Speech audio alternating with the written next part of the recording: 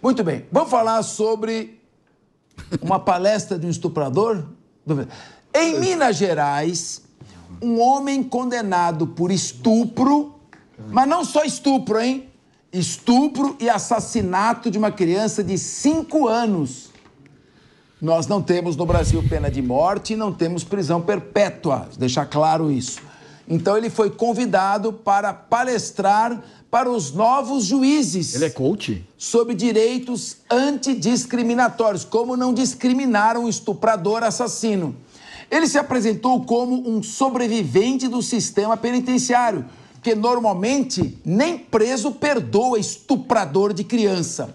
O palestrante também, detido anteriormente por racismo, ele também foi detido por racismo, ironizou o judiciário, olha, dando lição de moral, e defendeu o abolicionismo penal, quer dizer assim, não tem mais pena, não tem prisão, e defendeu a legalização das drogas. Aqui minha função é apenas perguntar. Mas é claro, ô Wilson Pedroso, deve-se ouvir um vagabundo desse fazer palestra para juiz, um safado estuprador de criança, ou será que estou exacerbando no vocabulário? Não, o Capês, assim, tem uma parte da notícia aqui que é o famoso bem feito, né? Vamos ler aqui, que ele ironizou o judiciário. E ele estava dando uma palestra para juízes. Juízes. Olha, é o famoso tem que rir para não chorar. Capês, é um absurdo. Esse tipo de bandido é um maldito, porque o que ele... É maldito. Estupro, o cara tinha que tomar... É o famoso tinha que tomar um cerca-leão dentro da penitenciária. Tá solto e ainda chamam ele para ser coach. É capaz de ele estar no Instagram, porque muitas das penitenciárias tem celular, os presos conseguem ter celular, ele deve estar no Instagram lá, vendendo palestras, virou coach. Qualquer dia, você vai Capês, você que dá palestra muito nesses locais, é capaz de encontrar ele e cumprimentar, ô Capês, eu sou coach aqui, ó, estuprador. É um absurdo, Capês, eu tô tirando sarro, porque eu não sei nem o que falar, porque minha vontade é falar que esse cara não devia estar mais aqui nesse espírito, o espírito já tinha ter subido já. Lembrou bem o Wilson Pedroso? Descido, no caso. Desci para encontrar com o capeta. Então, o Wilson lembrou bem, eu fiz palestra sobre a lei de execução penal e em estabelecimentos carcerários. Um deles, não vou dizer qual, levantou o preso e disse, pessoal, respeitem o palestrante. Quero todo mundo com o celular desligado durante a palestra, dentro do presídio. Ana Beatriz Wilson.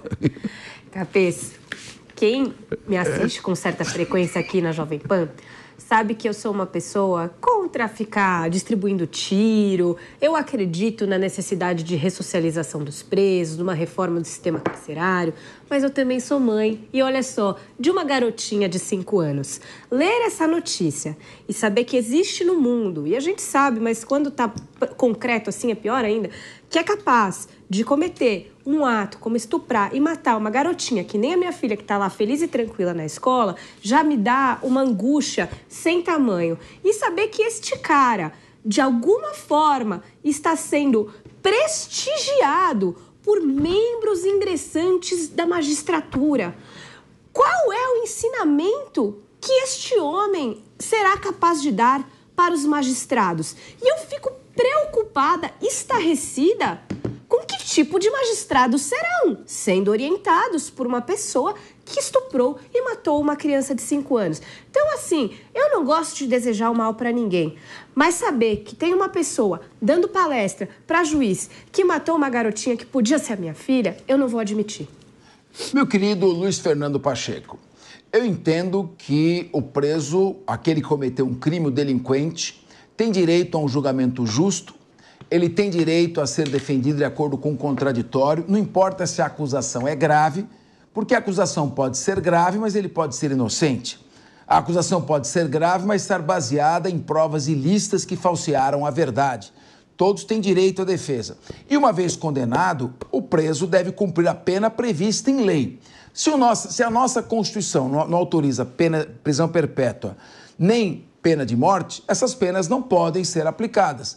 Então ele tem direito a cumprir aquela pena de acordo com a lei que lhe foi aplicada após um justo processo. Agora, não lhe parece, quero ver a sua opinião, uma inversão de valores, transformá-lo em palestrante, coach num curso de juízes que estão iniciando, isso não pode influenciar negativamente na convicção, na formação de vontade, ou, embora, claro, são juízes, são adultos, mas não passa algum recado estranho? Capês, eu queria dizer para vocês e para a nossa audiência o seguinte, o Greg Andrade, que é essa pessoa, este advogado, ele foi condenado pelo Tribunal do Júri em 1998. Ele é advogado? Ele é advogado, sim, senhor. Ele não era advogado. Ele foi condenado pelo Tribunal do Júri, o Greg Andrade, lá em Minas Gerais, por homicídio em 1998. Ele cumpriu 9 anos de pena, 16 anos de prisão ele foi condenado. Ele cumpriu 9 anos de pena em regime fechado. O resto da pena ele cumpriu em regime semiaberto, onde ele fez o ensino médio, depois ele ingressou na faculdade de Direito, ele foi reabilitado criminalmente pelo 2º juízo do Tribunal do Júri de Minas Gerais. Ele nega veementemente a prática de qualquer delito. Então, ele foi chamado, ele não apareceu lá nessa formação de novos juízes à toa, ele não foi entrando, ele foi chamado pela juíza, a doutora Cristina de Faria Cordeiro, para ir lá e contar a sua experiência de um homem que ficou, repito, 9 anos preso em regime fechado e se proclama inocente. Se ele é inocente ou não, eu não sei, porque eu não conheço os autos, não fiz esse juízo. Talvez mesmo que conhecesse os autos não teria condições de afirmá-lo com toda certeza. O fato é que me parece que essa palestra aí nada tem de escandalosa.